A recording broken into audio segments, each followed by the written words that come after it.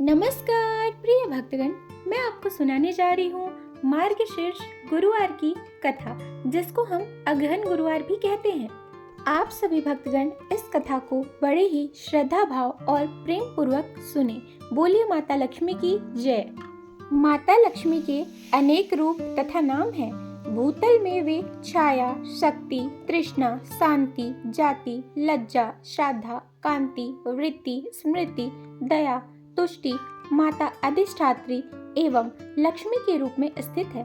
उन्हें प्रणाम करते हैं। कैलाश पर्वत में पार्वती, क्षीर सागर में सिंधु कन्या, स्वर्गलोक में महालक्ष्मी, भूलोक में लक्ष्मी, ब्रह्मलोक में सावित्री, ग्वालों में राधिका, वृंदावन में रासेश्वरी, चंदन वन में चंद्रा, चंपक वन में गिरिजा, पद्म वन में पद्मा, माल्टियों में मालती, कुंदन वन में कुंदंती, केतकी वन में सुशीला, कदम्ब वन में कदम्बमाला, राजप्रसाद में राजलक्ष्मी और घर घर में गृह लक्ष्मी इन विभिन्न नामों से पहचानी जाती है। इस तरह सर्वथा चारों ओर सर्वभूत में सुपरिचित माता श्री महालक्ष्मी की यह कथा है।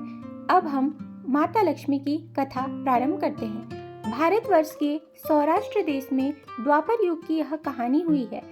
सौराष्ट्र में उस समय भद्रश्रवा नाम के एक राजा थे। वे बड़े पराक्रमी राजा थे। 4 वेद, 6 शास्त्र, 18 पुराणों का उन्हें ज्ञान था। उनकी रानी का नाम सुरत चंद्रिका था। रानी दिखने में सुंदर और सुलक्षणा थी तथा पतिव्रता थी। उन दोनों को 7 पुत्र तथा उनके बाद एक कन्या का वरदान मिला था। कन्या का नाम श्यामबाला था। एक बार महालक्ष्मी जी के मन में आया कि जाकर उस राजा के राजप्रसाद में रहें। इससे राजा को दोगुनी धन दौलत की प्राप्ति होगी और वह इस धन दौलत से अपनी प्रजा को और सुख दे पाएगा। गरीब के घर अगर रहे और उसे धन दौलत प्राप्त हो तो वह स्वार्थी की तरह केवल अपने ऊपर ही खर्च करेगा। यह सोचकर श्री महालक्ष्मी जी ने बूढ़ी ब्राह्मण स्त्री का रूप धारण किया। हाथ में लाठी लिए लाठी के सहारे रानी के द्वार तक पहुंची।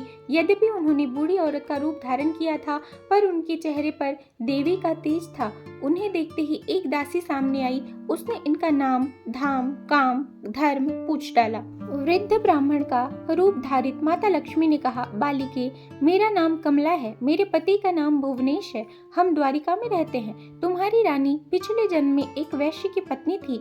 वह वैश्य गरीब था। दारिद्र्य के कारण हर रोज घर में झगड़े होते थे तथा उसका पति रोज उसे मारता था। इन बातों से तंग आकर वह घर छोड़कर चली गई तथा जंगल में खाली पेट भटकने लगी। उसकी इस दुर्दशा पर मुझे दया आई। तब मैंने उसे सुख संपत्ति देने वाली श्री महालक्ष्मी की कथा सुनाई।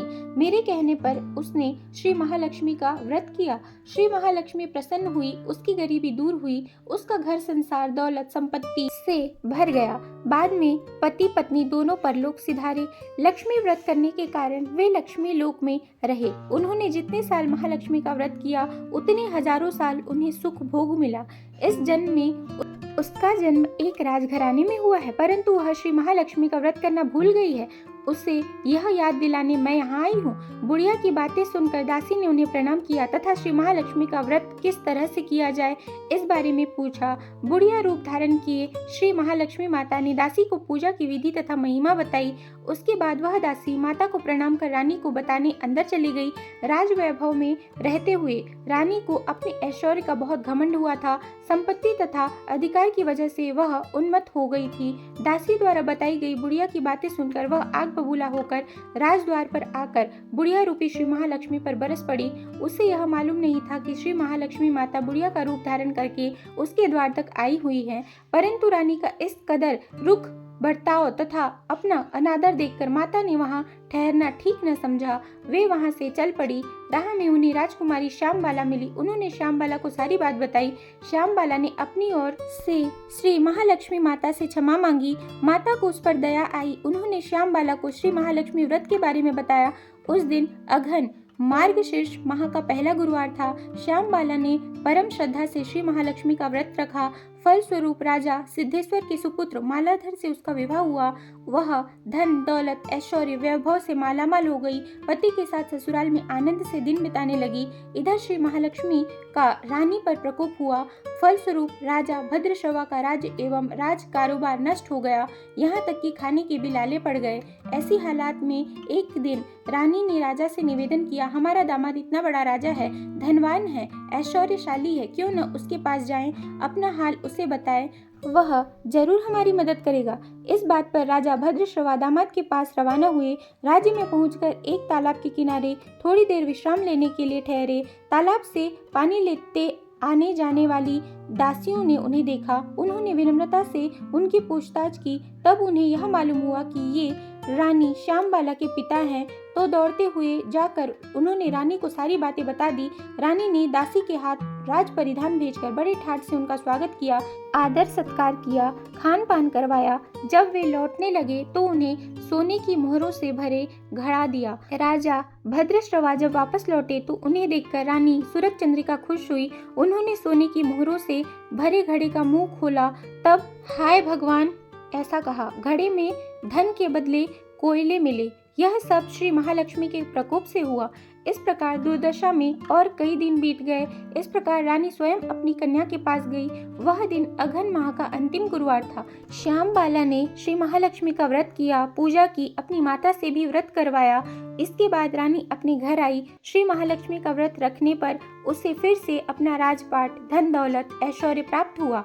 वह फिर से सुख शांति आनंदमय जीवन बिताने लगी। कुछ दिनों बाद राजकन्या श्यामबाला अपने पिता के घर आई। उसे अपने घर देखकर सूरज चंद्रिका को पुरानी बातें याद आई। यही कि श्यामबाला ने अपने पिता को घड़ा भर कोयला दिया था और उसे कुछ भी नहीं दिया था। इस कारण श्यामबाला को पिता के घर आने पर उसका कोई आदर आतिथ्य नहीं हुआ, बल्कि उसका अनादर हुआ। पर उसने इस बात का बुरा नहीं माना। अपने घर लौटते समय उसने पिता के घर से थोड़ा नमक ले लिया।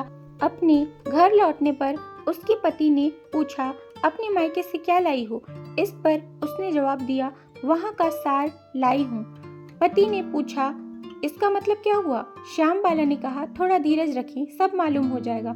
उस दिन श्यामबाला ने सारा भोजन नमक डाले बिना बनाया और परोसा। पति ने खाना चखा। सारा खाना नमक बिना था, इसलिए स्वाद न आया। फिर श्यामबाला ने थाली में नमक डाला, इससे सारा भोजन स्वादिष्ट लगने लगा। तब श्यामबाला ने पति से कहा, यही है वह मायके से लाया हुआ सार।